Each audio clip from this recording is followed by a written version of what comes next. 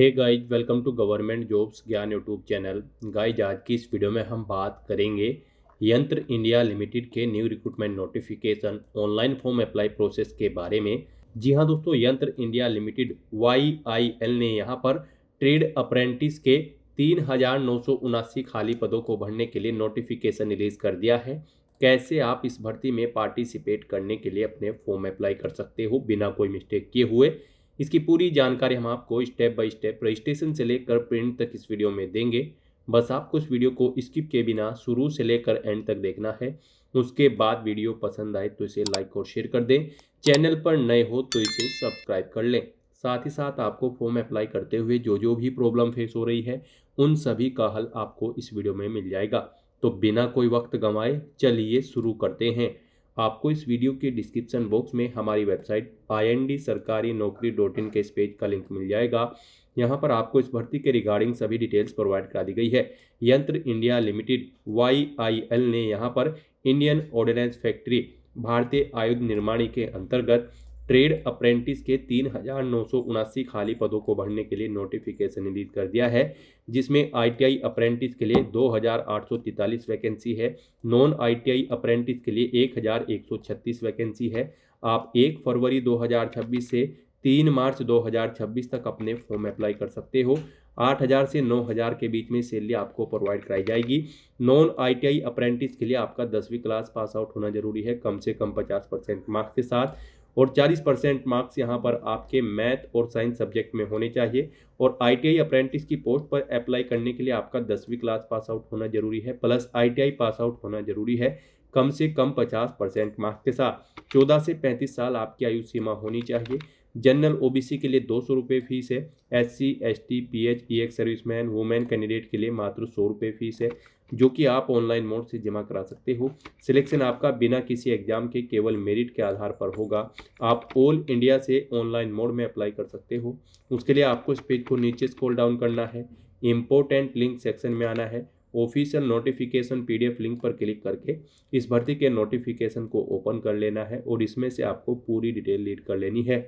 यहाँ पर आपको सभी डिटेल्स प्रोवाइड कर दी गई है, जैसे कि क्या पोस्ट का नाम है, कितनी उसके लिए नंबर ऑफ वैकेंसीज है, कैसे आप अप्लाई कर सकते हो, कब से कब तक आप अप्लाई कर सकते हो, क्या आपका एलिजिबिलिटी क्राइटेरिया होना चाहिए। पूरी जानकारी आपको इस नोटिफिकेशन में दे दी गई है। आप सभी डिटेल्स यहाँ से रीड करें, उसके बाद अपने फॉर्म अप्लाई कर लें।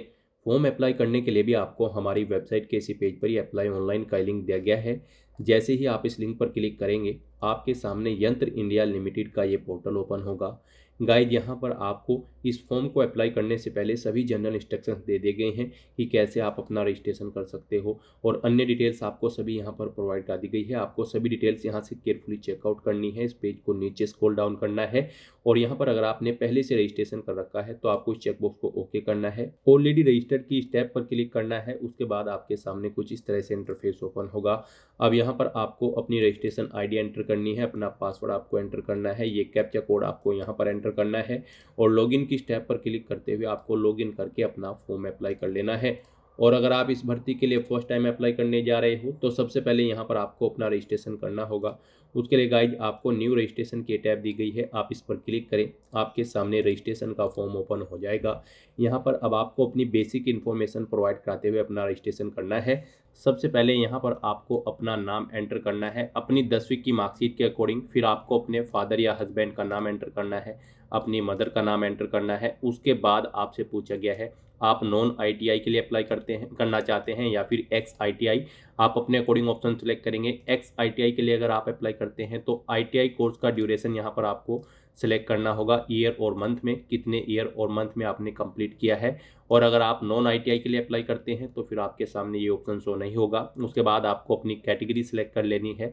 फिर आपसे पूछा गया है कि क्या आप PWD कैंडिडेट हैं, अगर हैं तो येस ऑप्शन सिलेक्ट करेंगे। अपनी डिसेबिलिटी का टाइप सिलेक्ट करेंगे, उसकी परसेंटेज यहाँ पर देंगे, नहीं है तो आप नो ऑप्शन सिलेक्ट कर लेंगे। फिर यहाँ पर आपको अपना जेंडर सेलेक्ट करना है। उसके बाद आपको अपना मोबाइल नंबर यहाँ पर एंटर करना है और उसके बाद फिर आपको सेंड मोबाइल OTP के ऑप्शन पर क्लिक करना है। आपके मोबाइल नंबर पर एक OTP आएगा, वो OTP आपको यहाँ पर एंटर करके अपना मोबाइल नंबर वेरीफाई कर लेना है।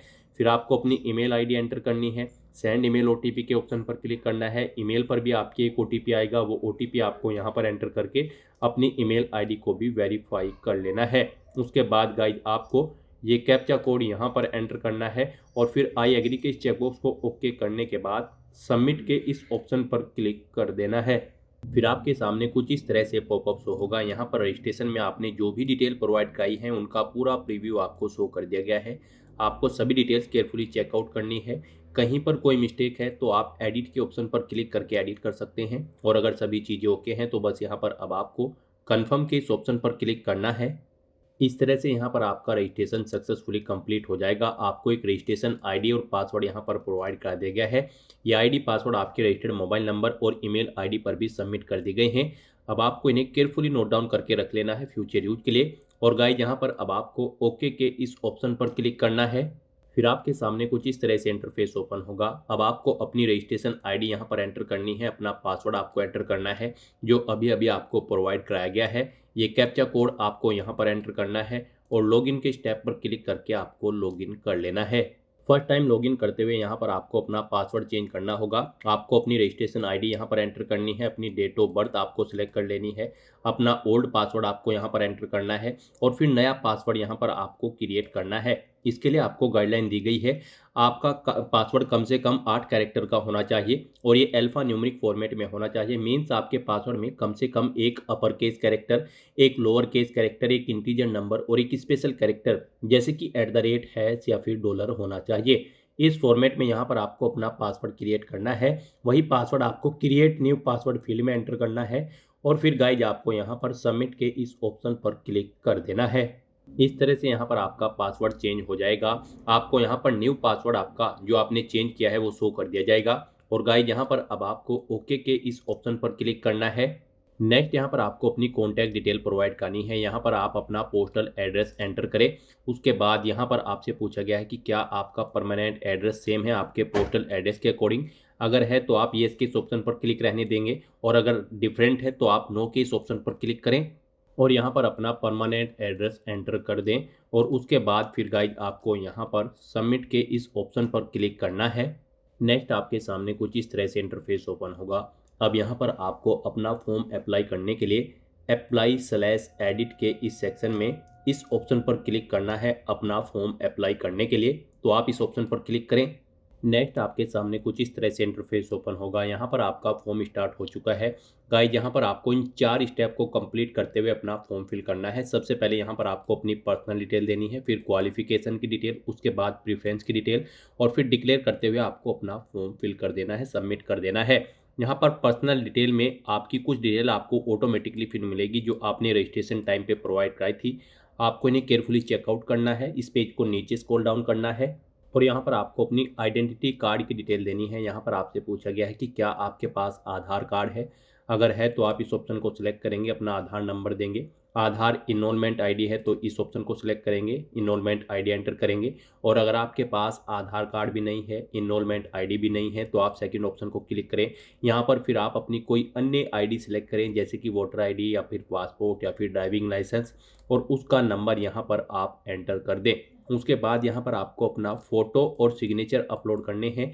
इन्हें अपलोड करने से पहले आपको गाइडलाइन दी गई है, आपको इन्हें केयरफुली रीड आउट करना है और इसके अकॉर्डिंग आपको अपना फ़ोटो और सिग्नेचर यहाँ पर अपलोड करने हैं। यहाँ पर आपका जो पासपोर्ट साइज फ़ोटो होगा उसका साइज 3.5 सेंटीमीटर इंटू 3.5 सेंटीमीटर होना चाहिए और यहाँ पर ये जेपीजी या फिर जेपीईजी फॉर्मेट में होना चाहिए। 20 KB से 70 KB के बीच में होना चाहिए।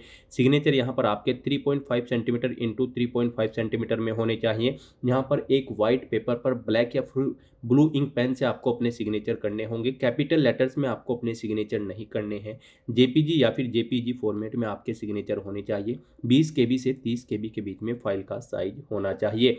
यहाँ पर किसी कारणवश अगर आपके फोटो या सिग्नेचर की फाइल का साइज कम या ज़्यादा है तो आप गूगल पर जाएं, इमेज रिसाइजर टाइप करें, मल्टीपल ऑनलाइन वेबसाइट ओपन होंगी, उनमें से कोई भी वेबसाइट ओपन करें और जिस भी डॉक्यूमेंट का साइज आपको दी गई गाइडलाइंस के अकॉर्डिंग सेट करना है उसे वहां पर अपलोड करें और साइज को सेट करके डाउनलोड करके फिर यहाँ पर अपलोड कर दें। अपना फोटो और सिग्नेचर अपलोड करने के लिए आपको चूज फाइल के ऑप्शन पर क्लिक करना है, फाइल को सिलेक्ट कर लेना है और अपलोड के ऑप्शन पर क्लिक करते हुए 1 बाय 1 करके आपको अपना फोटो और सिग्नेचर यहाँ पर अपलोड कर देने हैं। और उसके बाद गाइज फिर आपको सेव एंड कंटिन्यू के इस ऑप्शन पर क्लिक करना है। नेक्स्ट यहाँ पर आपको अपनी एजुकेशनल क्वालिफिकेशन की डिटेल प्रोवाइड करनी है। गाइज यहाँ पर अगर आप EX ITI की पोस्ट के लिए अप्लाई कर रहे हैं तो आपका यहाँ पर 10वीं क्लास पास आउट होना जरूरी है, प्लस ITI भी पास आउट होना जरूरी है रिलेवेंट ट्रेड के अंतर्गत। और अगर आप नॉन ITI पोस्ट के लिए अप्लाई कर रहे हैं तो फिर यहाँ पर आपको केवल 10वीं क्लास की अपनी डिटेल प्रोवाइड करनी होगी। तो यहाँ पर अब आपको अपनी क्वालिफिकेशन की डिटेल प्रोवाइड करनी है।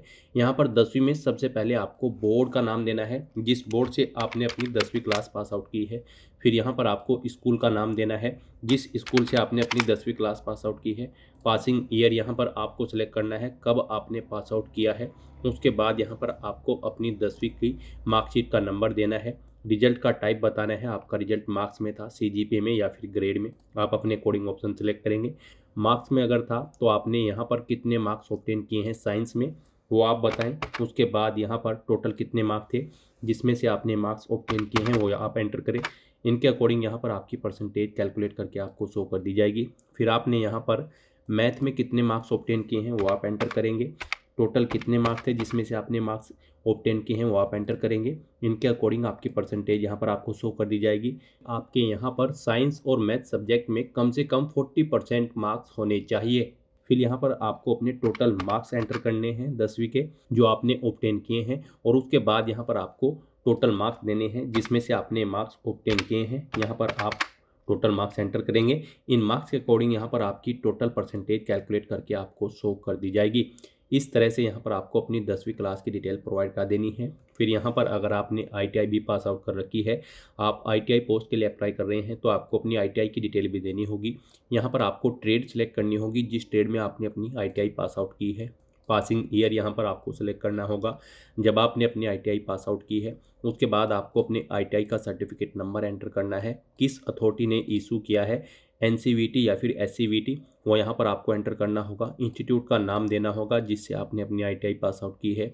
यहाँ पर आपने कितने मार्क्स ऑब्टेन किए हैं वो आपको एंटर करने हैं। टोटल कितने मार्क्स थे जिसमें से आपने मार्क्स ऑब्टेन किए हैं वो आपको यहाँ पर एंटर करने हैं। फिर इनके अकॉर्डिंग आपकी परसेंटेज यहाँ पर कैलकुलेट करके आपको शो कर दी जाएगी। इस तरह से यहाँ पर आपको अपनी क्वालिफिकेशन की डिटेल प्रोवाइड करनी है और उसके बाद सेव एंड कंटिन्यू के इस ऑप्शन पर क्लिक करना है।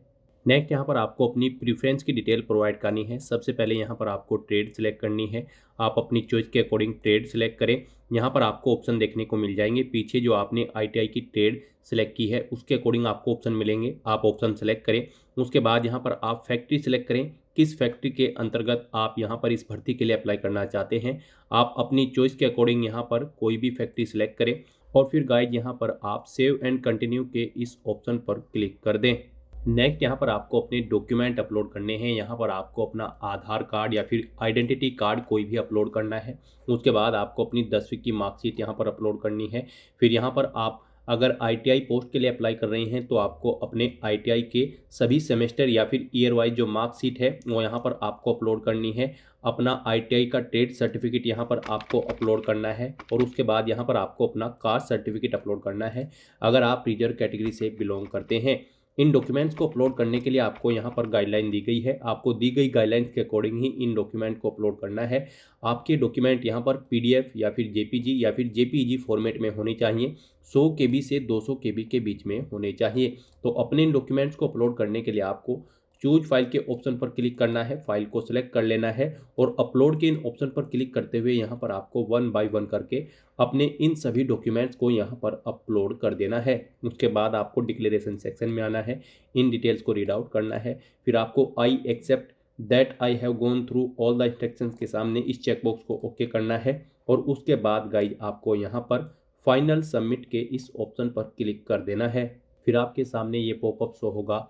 गाइड यहाँ पर अगर आपके फॉर्म में कोई मिस्टेक है तो आप एडिट के ऑप्शन पर क्लिक करके एडिट कर सकते हैं और अगर सभी चीज़ें ओके हैं तो बस यहाँ पर अब आपको कंफर्म के इस ऑप्शन पर क्लिक करना है।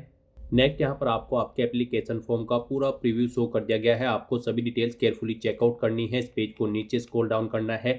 यहाँ पर आपको आपकी कैटेगरी के अकॉर्डिंग एप्लीकेशन फीस का अमाउंट देखने को मिल जाएगा जो कि आपको पे करना है।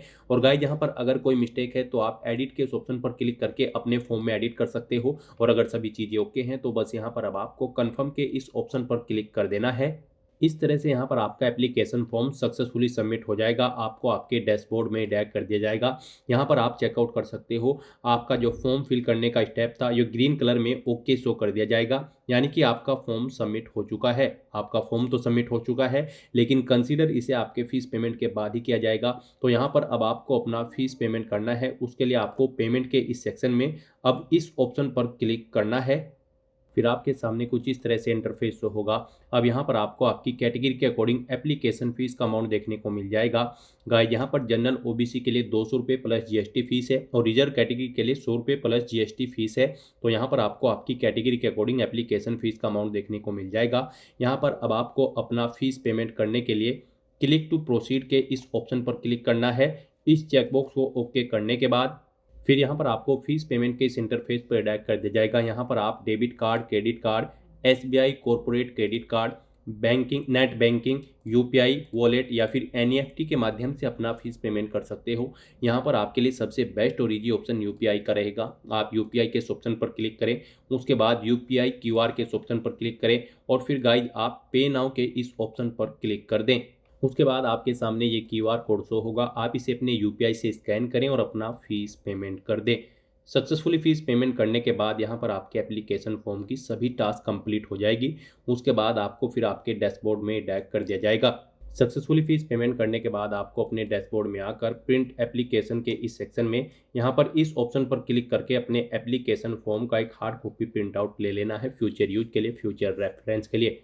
तो दोस्तों ऐसे आप यंत्र इंडिया लिमिटेड ट्रेड अप्रेंटिस की इस भर्ती के लिए अपने फॉर्म अप्लाई कर सकते हो बिना कोई मिस्टेक किए हुए। आज की इस वीडियो में बस इतना ही। आई होप ये वीडियो आपको पसंद आई होगी। अगर पसंद आई हो तो इसे लाइक और शेयर करें, चैनल पर नए हो तो इसे सब्सक्राइब कर लें। Thanks for watching.